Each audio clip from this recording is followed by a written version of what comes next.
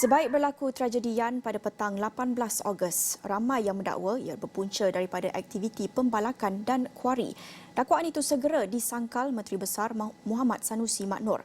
Hasil kajian Jabatan Mineral dan Geosains JMG juga menunjukkan apa yang berlaku adalah secara semula jadi. Ikuti siri kedua laporan khas cerita di sebalik tragedi Gunung Jerai yang disediakan Wakil Astro Awani Kedah Abdul Hadi Ciawang.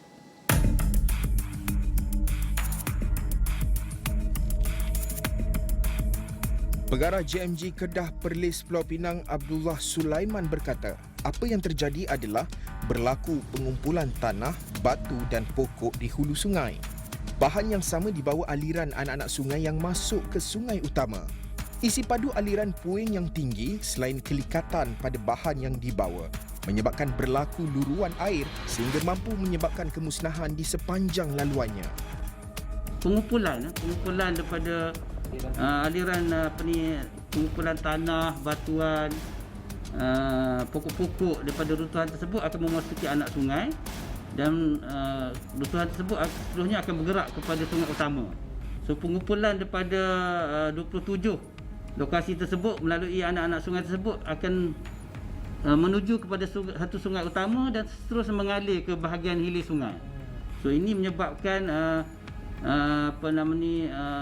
volume ataupun isi padu aliran puing ini dia besar dan mempunyai kelikatan dan juga kelajuan yang menyebabkan berlakunya pemusnahan kepada sebarang bentuk sama ada rumah, struktur dan sebagainya yang berada di laluan aliran puing tersebut .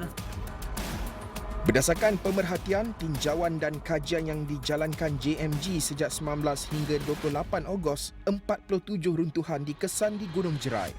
Runtuhan pelbagai saiz itu dikesan hasil pemetaan menggunakan Unmanned Aerial Vehicle UAV atau drone di kawasan sasaran selain pemantauan pasukan di lokasi dikenapasti.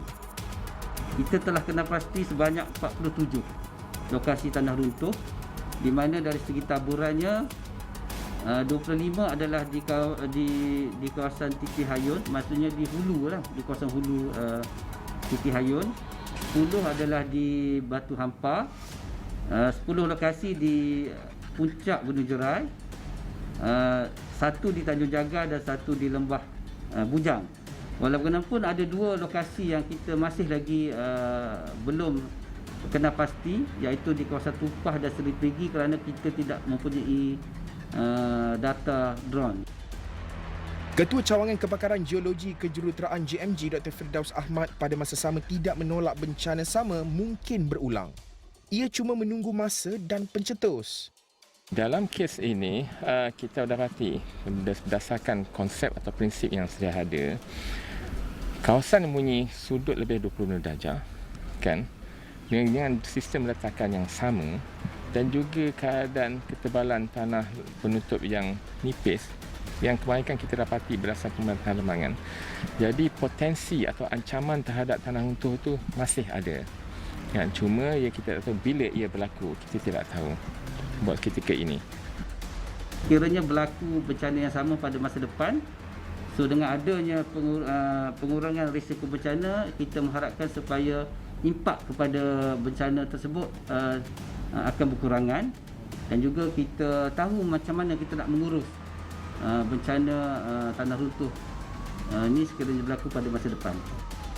Satu demi satu bencana alam dilaporkan dan ini mungkin kerana kita lupa untuk bersahabat dengan alam.